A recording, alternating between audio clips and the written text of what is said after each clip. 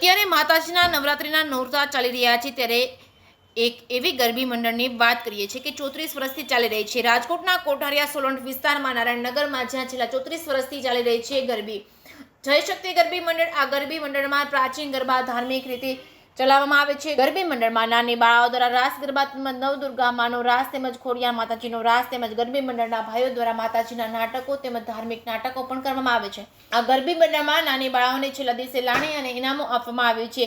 આ ગરબી મંડળમાં કોઈ જાતના ભેદભાવ રાખ્યા વગર ગરબીનું આયોજન કરવામાં આવે છે। જ્યારે હિન્દુઓનો તહેવાર હોય ત્યારે મુસ્લિમ લોકો મદદ કરે છે, મુસ્લિમ લોકોનો તહેવાર હોય ત્યારે હિન્દુ લોકો મદદ કરે છે, ભાઈચારો રાખે છે। આ ગરબી મંડળમાં હજુ સુધી કોઈ અણબનાવ બન્યો નથી। ગરબી મંડળમાં કાર્યકર્તાઓ અને મંડળના લોકોએ ખૂબ જહેમત કરે છે અને નારાયણનગર વિસ્તારના બધા લોકો હળી મળીને નવરાત્રી દરમિયાન ગરબી મંડળનું આયોજન કરે છે। જે કેસની ગુજરાતી સાથે ચેતન સોલંકી સાથે સંજય ભોજાણી, રાજકોટ। ગરબી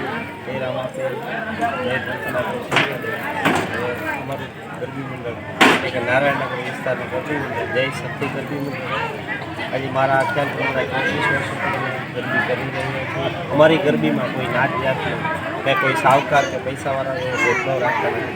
અમે મોમેડિયનની છોકરીઓ અમારી છે, કોઈ પણ કોમનો ભેદભાવ રાખતા નથી। બધાને બધી જ્ઞાતિ સરખી જ છે અને અમે પણ જે મોમેડિયનના કે બીજી જ્ઞાતિના કાર્યક્રમ હોય એમાં અમારા જુવાનિયા પણ ભાગ લે છે।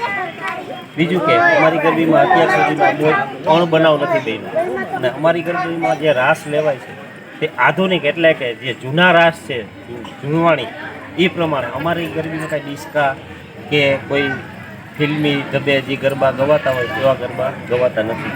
અમારે જે સાંસ્કૃતિક છે એ જ ગરબા ગાવામાં આવે છે। ગરબીમાં કેટલીક બાળા 40 અમારી ગરબીમાં 40 છોકરી તો દર વર્ષે હોય જ છે, 40થી વધારે હોય, ઓછી ના હોય।